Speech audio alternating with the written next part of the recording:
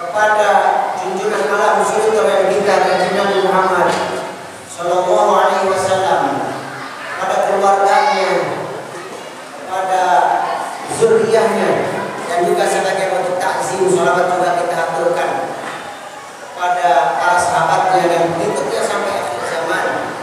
Khusus insyaallah kita yang hadir di Jumat kali ini. Jamaah hadirin dimuliakan Allah Subhanahu wa taala. Hari ini kita masuk ke tanggal 6 di bulan Sya'ban. Lalu pertanyaannya, ada apa di bulan Sya'ban?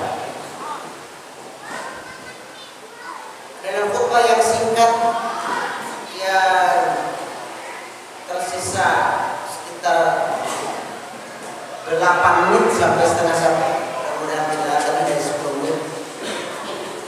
Maka khatib ingin mengingatkan kepada kita tentang beberapa hal yang berhubungan dengan bulan Sya'ban.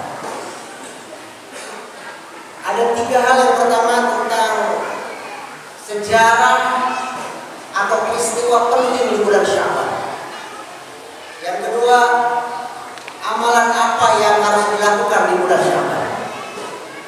Dan yang ketiga, amalan apa yang harus dijauhi di bulan Sya'ban. 3 hal ini yang mudah-mudahan selesai dalam 10 menit.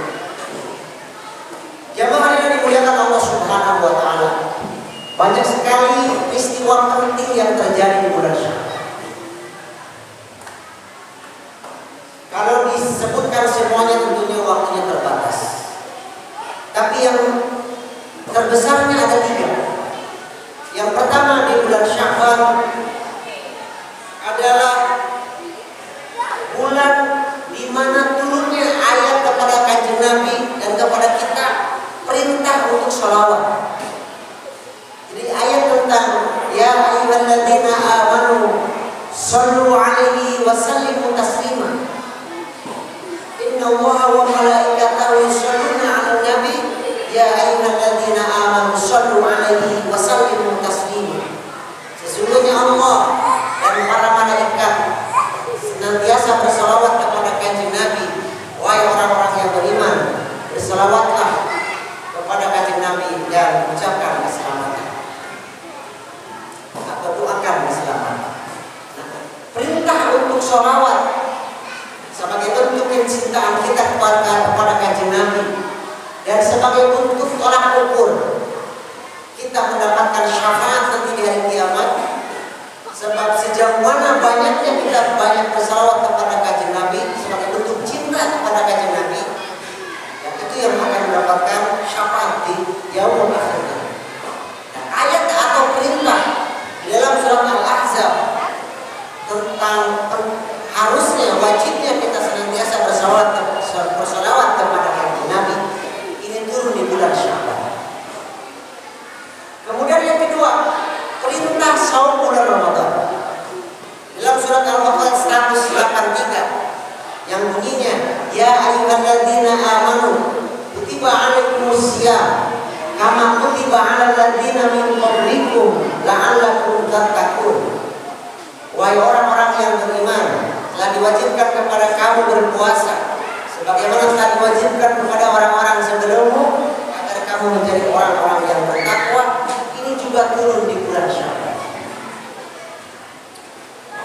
Kemudian peristiwa yang ketiga adalah peristiwa pindahnya kiblat kaum muslimin dari Masjid Al-Aqsa ke Masjidil Haram.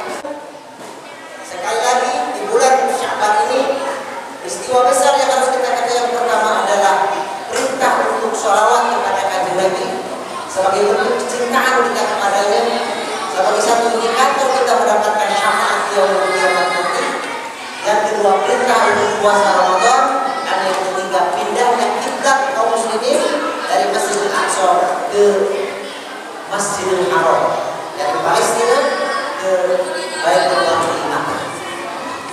Kata Rasulullah, bulan Sya'ban adalah bulan yang dilalaikan oleh manusia, dilupakan oleh manusia, karena bulan Sya'ban terjepit di antara 2 bulan yang agung, yaitu bulan Rajab, bulan Rajab dan bulan Ramadan. Bagaimana kita katakan?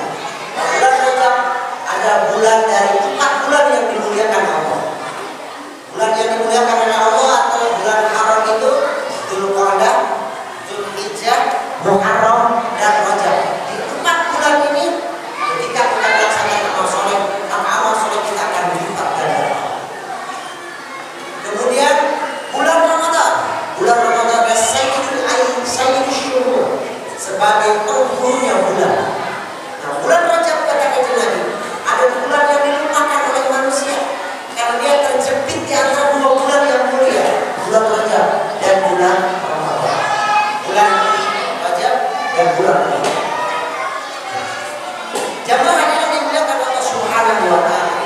Kalau kita melihat Kanjeng Nabi, para sahabat dan para orang-orang yang saleh, justru di bulan Sya'ban ini banyak sekali mereka berlomba untuk melaksanakan amal-amal saleh. Pertama, Rasulullah SAW sering berpuasa di bulan Ramadan, di bulan Sya'ban. Itu karena dua hal. Yang pertama adalah sebagai persiapan menghadapi bulan Ramadan. Yang kedua, karena di bulan Sya'ban adalah bulan diangkatnya amal soleh kepada Allah Subhanahu wa taala. Harusnya jamaah itu di saat semua orang melupakan bulan Sya'ban, maka kita harus lebih semangat dalam ibadah. Kenapa? Karena ketika kita ibadah di saat orang lalai, itu pahalanya besar. Kita beribadah di saat orang lalai itu memiliki nilai ibadah yang sangat luar biasa. Kenapa sholat tahajud itu sangat dicintai oleh Allah? Karena di saat orang tidur kita bangun untuk sholat. Kenapa sholat duha itu sangat dicintai oleh Allah? Karena di saat orang sibuk mengejar dunia, kita sholat duha.